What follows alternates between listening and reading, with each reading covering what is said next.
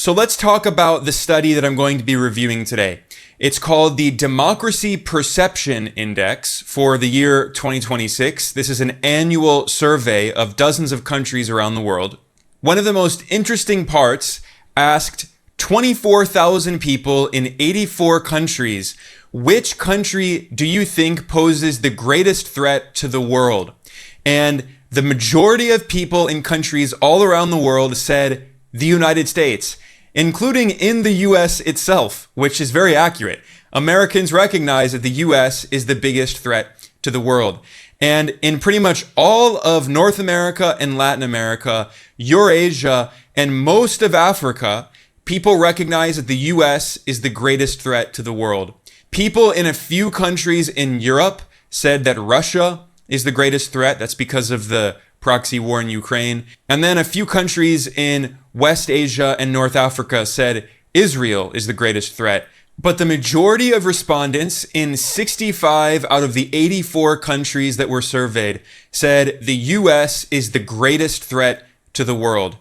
People in 10 countries said Russia is the biggest threat.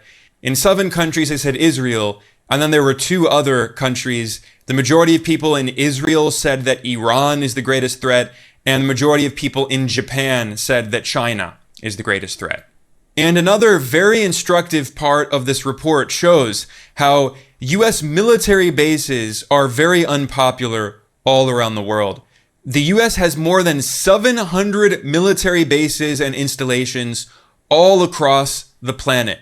And yet this survey found that those bases are extremely unpopular. So out of the 97 countries that were surveyed on this particular question, only 4 countries had a plurality of people saying that they do support US military bases. Those are Poland, Israel, South Korea, and Puerto Rico. Similarly, the study gauged the perception of the US in countries around the world, and it found that the vast majority of countries have a negative perception of the US, including pretty much all of Eurasia, most of Europe, many parts of Africa, and North America itself. If you look at the map, the results speak for themselves. All right, Shalom. I'm going to give all praises, honor, and glory to Yahweh, by Hashem Yahushai, by Hashem Rakah, Kodash, double honors to, it's like double honors to the apostle of GMS, and sincere Shalom to the brothers out here pushing his truth and sincerity. Now, the fact that you got the people of the U.S. saying that this place is the biggest problem says everything that needs to be said, honestly. But I want to go back a little bit. I'm going to come back to this part. The fact that this is 65% of pretty much all of the basically world, including the US itself, is saying it's a bigger problem. That's amazing. That's something you wouldn't even see probably even 40 years ago, honestly. But here's the catch with this one. I wouldn't even call it a catch because it's just something many people don't really think about. Like Rome, you had people back then that was hyping Rome up themselves to be this great, powerful country. Now, when you fast forward to today, you have people that do the same thing today. Now, here's what makes this much worse when I say that. Many pro-Americans that, all about the hardcore white boys that, or should I say Edomites that be real heavy into the military, which I wouldn't be surprised if some Jake was real hardcore into it too. They be saying that yeah, we be trashing all these other countries and everything. That should, number one, should be a problem right there, because the same people that be full on into this whole military thing,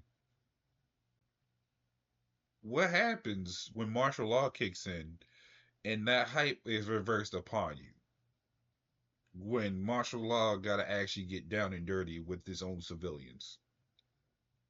Could they be hardcore for it then? The same for a lot of these people that just love this place in general and think they have rights that don't understand that when martial law kicks in, you really have no rights. Even before that, even before martial law, you don't have no rights. But they martial law really shows that you have no rights. Now, this place has been going over to other countries, being the biggest problem, starting wars, setting up wars, funding wars, especially from the rats. But every time you hear of a war, we're involved in it. We're helping, we're sending money, we're sending military equipment, missiles, and all sorts of stuff to other countries to that supports this country to to exude destruction upon other countries defending themselves or fighting back. Now, this is nothing technically wrong with that technically because all throughout history you always had allies with others, and then some of them allies would turn against each other. But this is the melting pot of everything that goes wrong in this era, especially when it's ruled by wicked or these devils to make everything worse. Now, I'm gonna get the scripture real quick. This is Matthew 24:6. It says, "And ye shall hear wars and rumors of wars. See that ye be not troubled, troubled, for all these things must come to pass, but the end is not yet. For nation shall rise against nation, and kingdom against kingdom, and there shall be famines, pestilences, and earthquakes in diverse places." Now, we're seeing these nations actually rise against nations back to back, like on a higher scale nowadays. We're seeing famines because, especially, not just because food is actually running out, but because people can't afford it. People can't even get food stamps, let alone SSI for benefits. Then you got pestilences. We're hearing more about diseases than I did when I was a kid. I may hear of maybe one or two at least. I don't know, maybe a year every couple of years. But as of I would say the start of 2026. I mean, sorry, the start of 2016 up till now, it's been more and more diseases that have been popping up left and right. I would say even as far as 2014. So, and let's not forget the earthquakes in diverse places, which there are actual earthquakes in diverse places that we never actually see before, or we actually really get before. But to delve deeper, when you go into that earthquake, it means commotion, and you're seeing a lot of commotions. Even with this whole thing of the 65% proves that because you have people inside this place that are having problems with this place, calling it the biggest threat. That is a hell of an earthquake if I ever heard one. But it makes sense. Why else would these people in the place that's supposed to be milk and honey be rioting and looting and destroying shit? Because it's not just Jake destroying stuff now. You even have Ishikar destroying stuff. And to take it further, it's now actually Edomites destroying their own stuff. Ain't that something? But we're still going to be hit with the biggest stereotypes. But nobody's looking at especially all these uh, BLMs that's actually just nothing but white people now. That should tell you something. But it goes to show you that this place is all out of order. Is hardly any order to begin with. It's just Esau lays down temporary order when he wants it. So I'm gonna fast forward back up to here. When he mentions the military bases, how there's a lot of them, what he did not mention with these military bases is the embassies. So, how many embassies does the U.S. have worldwide? The U.S. The United States maintains approximately 272 embassies and consultants in 174 countries, along with additional missions to internal organizations. That is a lot, and that's across the world. So I'm trying to figure out the word they used again. Um, there's a word they particularly use. I'm trying to remember.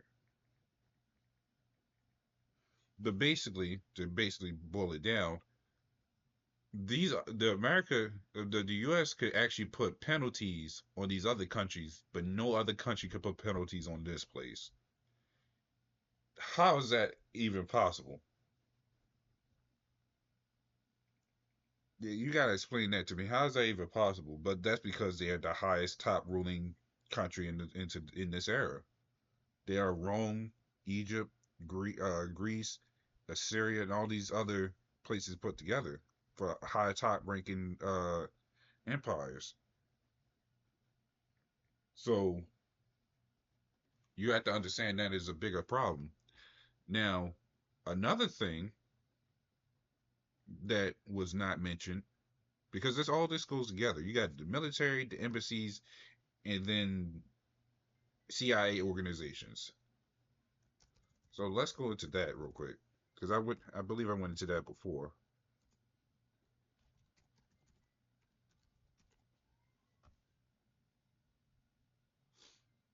The CIA is organized into five major de- decorates and 11 mission centers, supported various staff office to carry out intelligence collections, analysis, and operational support. Now, they had a list, and it's been a while since I went into it, but they have a list of like I think 17 different CIAs. It says 11 mission centers. So yeah, there was like 17 on them. And some of the names I was actually familiar with. So with all this intellectual firepower and everything that comes with it, what doesn't make this place a biggest threat of the place? This place got space trash that goes up. Look at the how the work system is. We apparently we work more than any other uh country out here for the amount of hours we do, and we don't get paid the right amount anyways. We got to deal with taxes, and then he taxed other countries. That was a what was it? That was a Trump put out a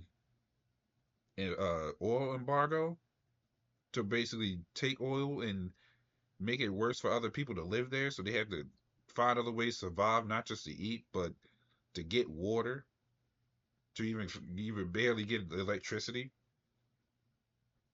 It was just nothing but trash out there. They had to actually sell trash to get money. So again, you tell me how this isn't the biggest threat on this earth. This is Joel 3 and 2.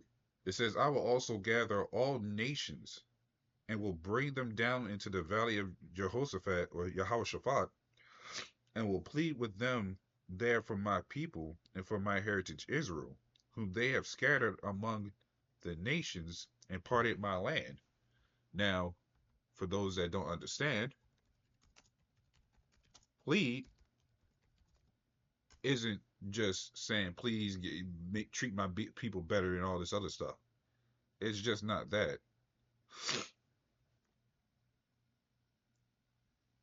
When you go into the definition of plead, it says as advance something as evidence, cite something in support of an action or in response to a complaint. Now, there is actually let's get the blue letter since we're at it.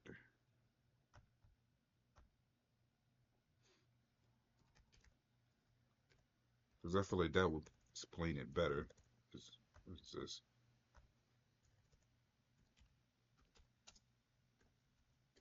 Here we go. Because online etymology plays it pretty good, but I'm going to take it a step further.